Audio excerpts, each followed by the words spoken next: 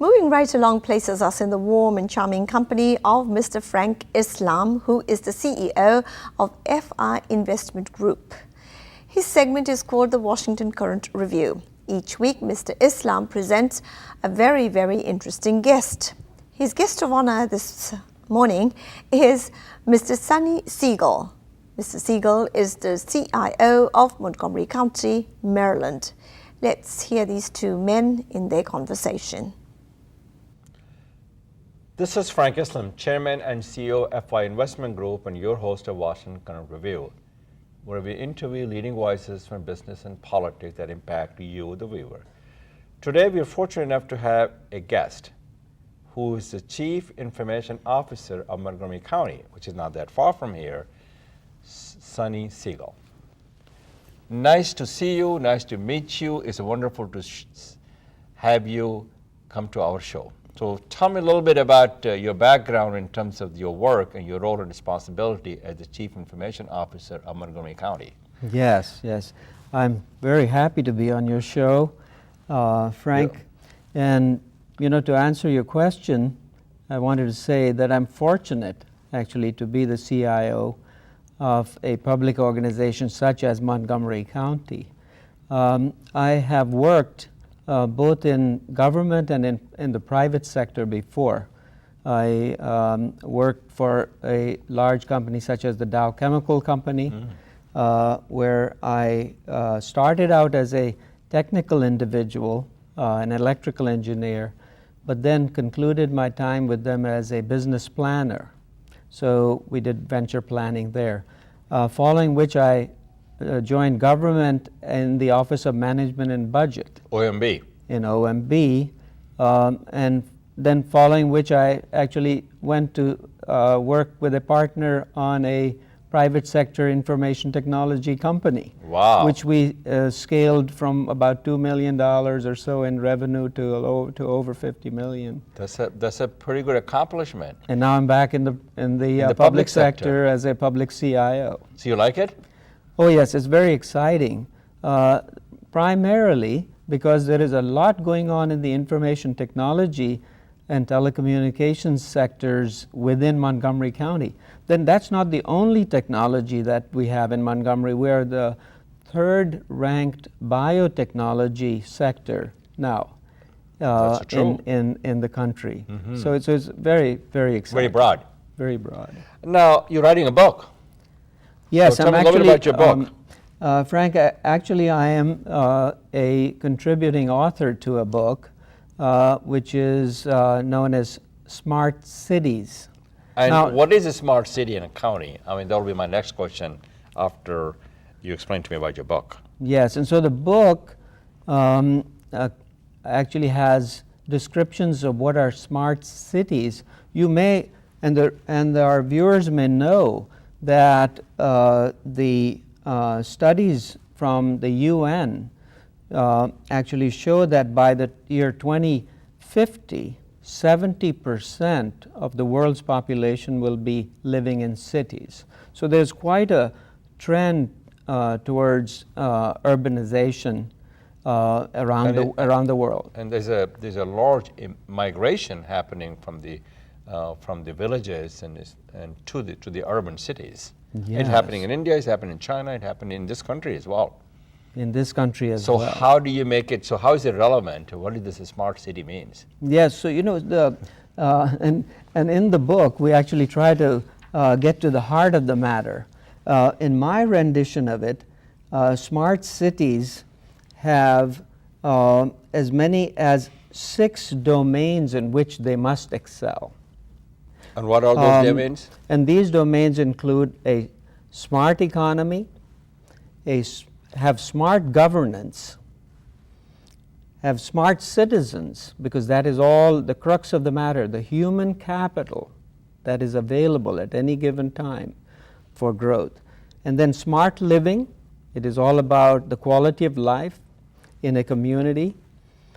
Smart environment, clean living, and smart mobility. Now within this, as the book describes, and what's the title of the book?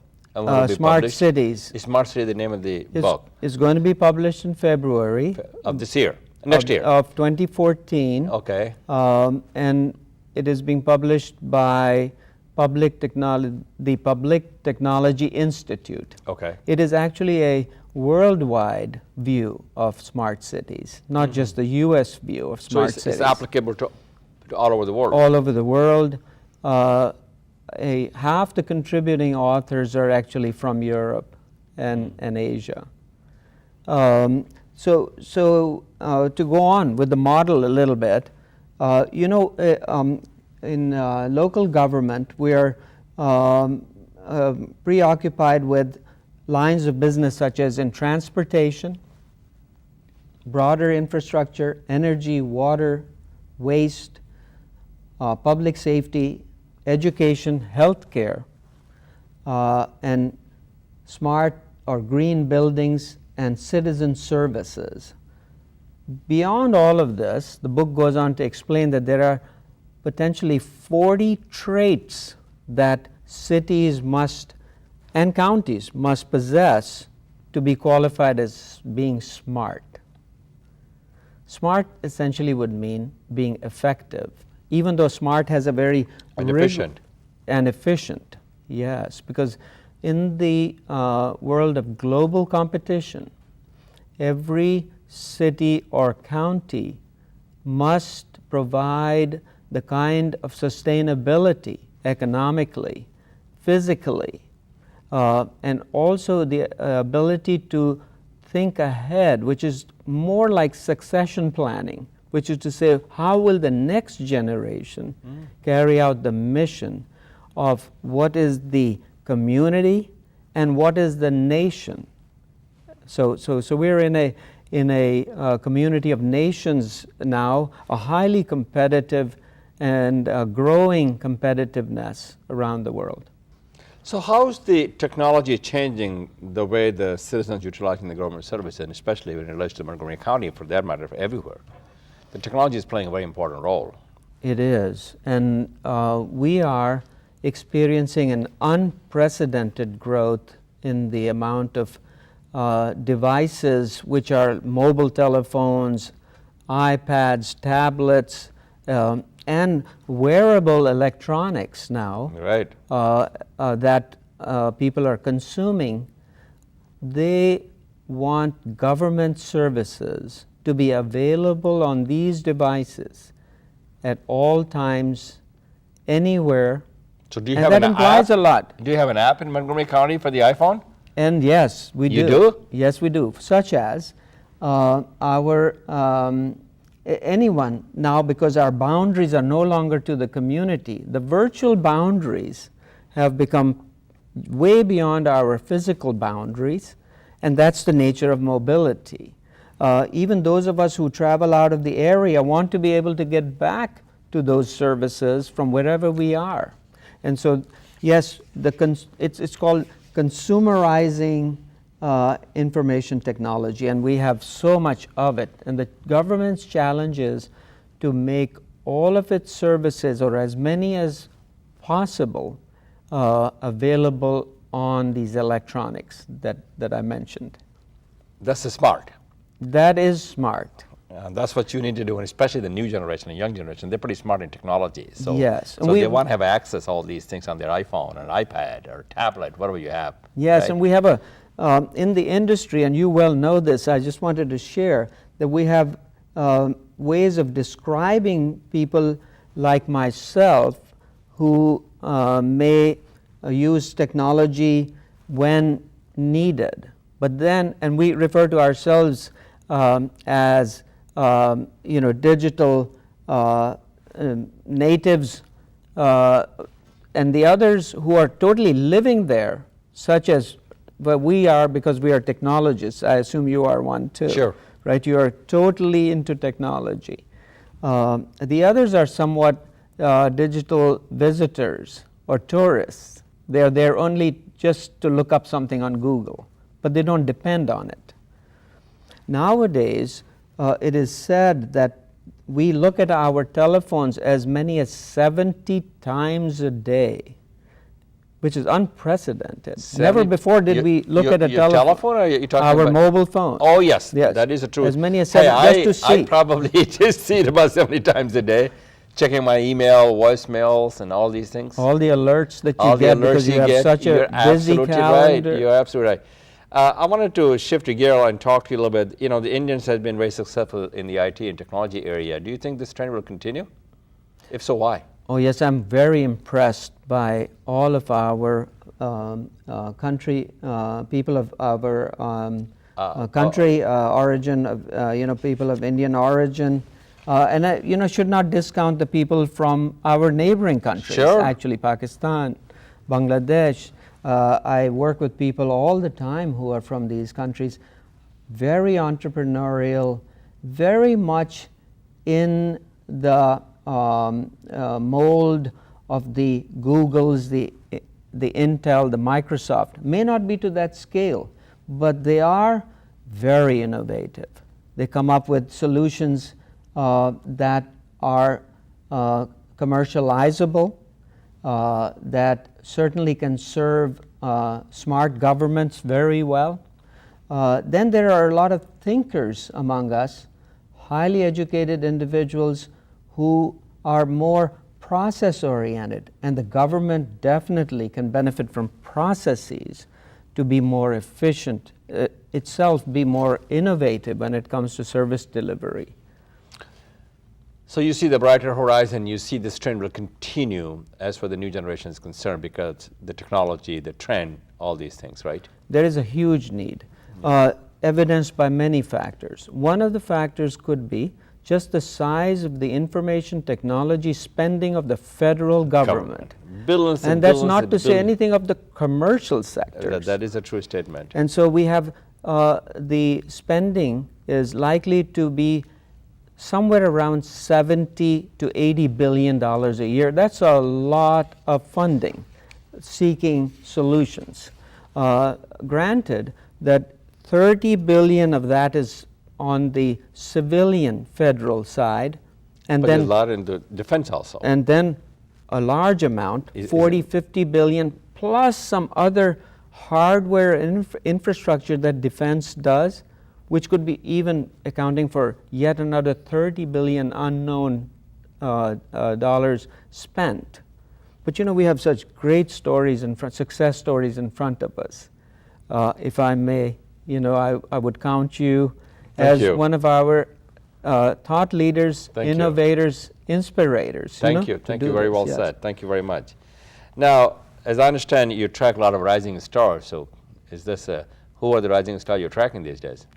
It is hard to name just one or two. But you have several. Just when I am at TIE DC, yeah, I know who they are. There are 100 or so companies that are rising stars that are listed as TIE DC members.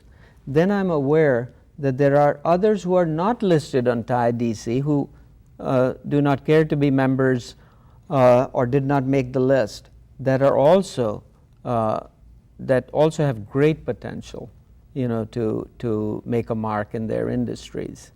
And what's more remarkable is that it is beyond just hardcore information technology. We have people there who have specialized in education solutions. Right. Those that have specialized in just doing things like enterprise architecture. Sure. There is a young lady who heads up a very successful company just training U.S. personnel in both in the civilian sector and in the defense sector on how to use some of the advanced technologies. And that's a hugely successful company, up and coming. Now we have patent lawyers. Sure. In those we have venture capitalist firms. Mm-hmm. So we're filling out the full gamut of sectors that support the business of investment in information technology. Do you travel in your role, or all over the country, all over the world? Yes, I have been fortunate to travel to China most recently. You went with Ike Leggett, the Yes. county executive? Yes, And that wasn't too long ago. He was impressed when I talked to him. I see. He thought it was a pretty good trip. And it was. For me, to be on a mission, a multi-sector mission to China with our county executive, Ike Leggett, and with our council member, Hans Riemer. By the way, our council member is the lead for technology, for digital government. You're talking about the Hans Riemer. Yeah, I do know him. So they were just two of the people leading the delegation. It was a multi-sector delegation, had education people, superintendent of schools, president of the Montgomery College. We had people from the private sector who have information technology or other businesses here in the US who want to partner with companies in China. We had the hospital sector, the medical sector with us. We visited hospitals, we made connections with counterparts over there. Of course, it was government to government. We met with several mayors. And one of the things that happened was a sister city relationship agreement that was signed with Xi'an. And city, which city over here in the United States? Montgomery County, Maryland. Montgomery County, so Maryland. we're sister cities. That's pretty good. Looking at the future, we have plans. Mr. Leggett is making plans to go to Hyderabad, To India? India, When is that? in November of 2014. That's next year. That's next year. That mission is now being planned. So, and I think there the thinking is, his thinking is that Hyderabad being a model city for the whole world to see how technology as a sector can flourish and be encouraged. He has requested that Hyderabad consider Montgomery County as a sister jurisdiction. Wow. So that's yet to be seen. Yeah. Are you planning to go with him? I am. Yes, I'm committed to being on that mission with him. And that's next year in November. Next year And in how November. long are you going to be there? So typically the missions are 10 days. 10 days, that's what I thought. Very intense 10 days. So what are the big things that are happening in the county as far as the technology is concerned? So in the county, there are some things that are happening that are internal to the county, trying to improve services within the county. This is the way we do our accounting, we do our hiring, we do our purchasing, and that's known as enterprise resource planning. So that's a multi-million-dollar program that's been put in place. Second, we have, for the customer-facing items, we have the 311 number that was implemented a year and a half ago. We have closed 1.6 million customer requests, customer service requests. These would be requests that are of a non-emergency nature. As we know, we'll call 911 for emergency type calls, police and fire, law enforcement. But non-emergency calls could be ranging from, well, your trash did not get picked up, to Right. a problem with deer in the yard, Right. dogs barking in the neighborhood, Right. anything that requires where government can facilitate a response, and they've done 1.6 million calls. Now, what is unique about this is your call is given a customer service request number, and you're able to track it to fulfillment. We internally do all kinds of reporting and analysis to be sure that we are being highly effective. So there's accountability. And finally, I do want to say that not too many of the jurisdictions in the country still have 311 as a service. So this is very big. This is a big deal. Yes. Now, what advice do you have for the people who wants to who's a technologist who wants to become a CIO like yourself? What do you have to do? And just to be a CIO could be the goal of some, but I think to be successful entrepreneurs, would be an even larger goal. Exactly. It definitely helps to have been in the private sector or in the government sector to understand the workings and the needs of a particular sector. For young people, for people of any age for that matter, to aspire to reach positions where they are able to influence policy and the spending and bring about some real change. So a well-rounded experience is important. Second, networking is very important. Network with mentors, that's networking up. Network with peers laterally. Go to events like TIE DC. To get to know a lot of people. Get to know people, understand their ideas, connect the dots, basically. That's the best way to. Well, thank you very much for coming to the show. We appreciated that very much, and good luck to you. Thank you, and thank you for having me here. And thank you for your leadership. So this is Frank Islam wishing you a great week. Thank you for watching.